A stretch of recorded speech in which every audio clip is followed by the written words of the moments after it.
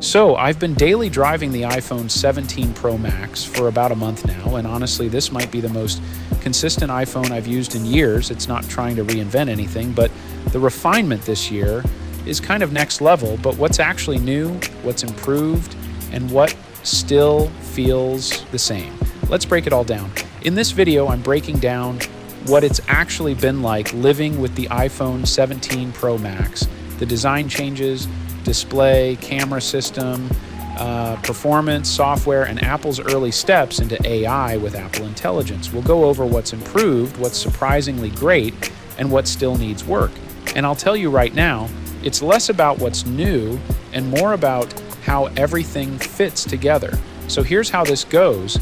We'll start with design and build, move to display and audio, then cameras, performance and thermals, software, and Apple Intelligence, and finally battery life and verdict. Let's get into it. So first off, the design. Apple brought back rounded edges this year, and wow, it's a bigger deal than it sounds. The last few years of flat-edged iPhones looked modern, sure, but they also felt sharp and kind of uncomfortable over time. Now the iPhone 17 Pro Max just melts into your hand again. It's smoother, more natural, and surprisingly easy to hold even for a large phone. The ergonomic difference is immediately noticeable, especially when you pick it up after using an older model like the 15 Pro Max. The other big change, aluminum instead of titanium, and this one's controversial. Titanium was tough and premium, but heavier and more expensive. Aluminum makes the 17 Pro Max significantly lighter, and you feel that right away. It's balanced, less top-heavy, but the trade-off is durability. Yeah, it scratches easier. I already have a few tiny marks just from regular use. It's not catastrophic, but it's there, and I think this is Apple's quiet way of cost-cutting while still keeping the Pro label. So if you care about resale or you're just someone who hates seeing blemishes, use a case. Speaking of cases, I've tried a bunch. This soft touch rubberized one for under $30 feels almost identical to Apple's $70 version. Same matte texture, same fit, just without the designed in California markup. So yeah, design-wise, we're not flashy, but this is easily the most comfortable iPhone to hold since the 11 Pro. This display is absurdly good. We're talking 30,000 nits peak brightness, which is an insane number on paper, and it actually shows in real use. HDR videos on this screen look stunning. Highlights are crisp, blacks are deep, and it's honestly closer to mini OLED monitor territory now. Outdoor visibility is better too, not dramatically, but noticeably. You can finally read messages or shoot photos under direct sunlight without squinting. Now, I was hoping Apple's new anti-reflective coating would be a game changer. It's better than before, but not at the level of Samsung's Galaxy S25 Ultra. The S25's anti-glare coating practically eats reflections for breakfast. Apple's version, still pretty reflective, so a small miss there. Color accuracy, though, typical Apple excellence. It's vibrant without being oversaturated. Motion is buttery smooth at 120 Hertz, and touch response is near instant. This display is one of the best in the world, period. And while we're on sensory stuff, the speakers.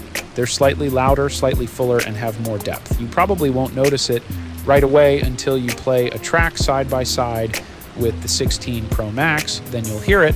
And I'll keep saying this, built-in speakers matter. Not every moment calls for AirPods. Sometimes you're just watching a quick clip or a YouTube video in bed. These small upgrades add up. The new A19 Pro chip is what you'd expect. Fast, efficient, and way ahead in single-core performance. But what impressed me most wasn't speed, it's the thermals. This year, Apple added a vapor chamber cooling system.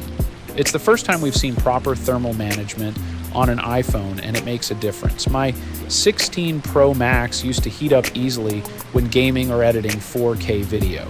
The 17 Pro Max, it stays cool. Even under load, it's just warm, never hot.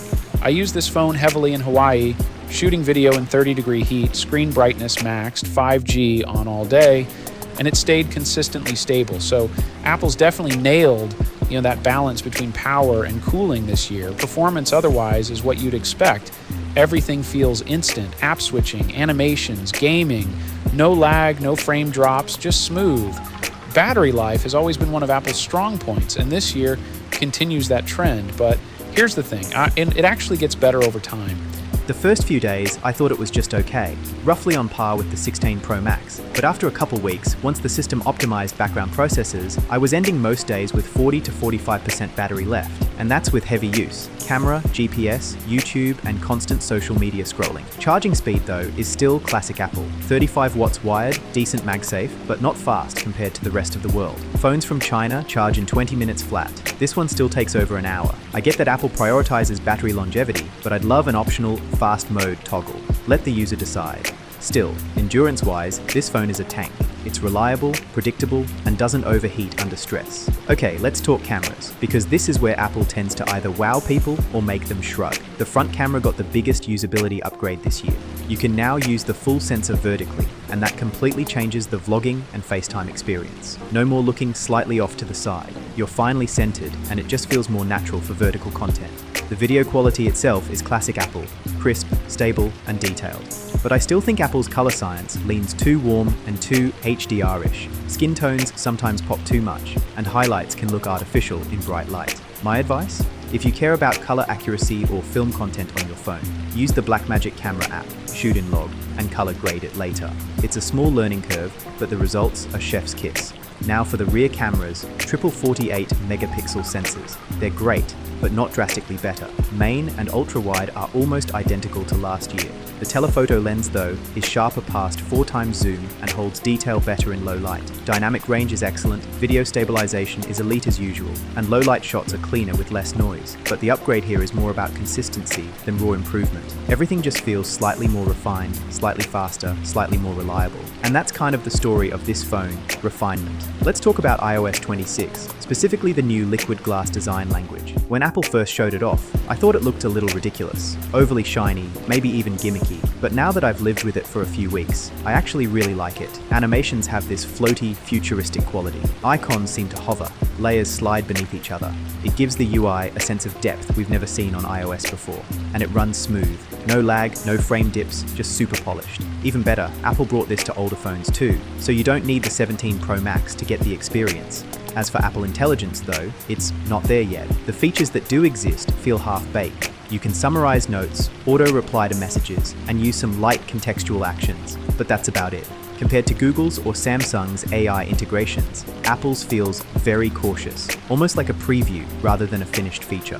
But knowing Apple, they'll probably roll it out slowly and get it right over time. So here's the bottom line after a month with the iPhone 17 Pro Max. This is peak refinement. Apple isn't trying to reinvent the wheel, they're perfecting it. If you're coming from an iPhone 13 or 14 Pro, this is an easy upgrade. You'll notice the difference immediately. If you're on a 15 or 16 Pro, I'd say hold off, unless you specifically want the front camera changes, cooler thermals, or just love having the latest and greatest. But overall, this might be my favorite iPhone Apple's ever made. It's not flashy, it's not revolutionary, it's just solid. Every piece of this puzzle works in harmony, and honestly, that's the most Apple thing they could have done. So yeah, that's my 1-month update on the iPhone 17 Pro Max. I'll have my long-term review in a few months once we see how it holds up over time, especially with Apple Intelligence updates. If you enjoyed this video, drop a like, maybe get subscribed if you haven't already, and as always, thanks for watching. I'm TT, and I'll catch you guys in the next one.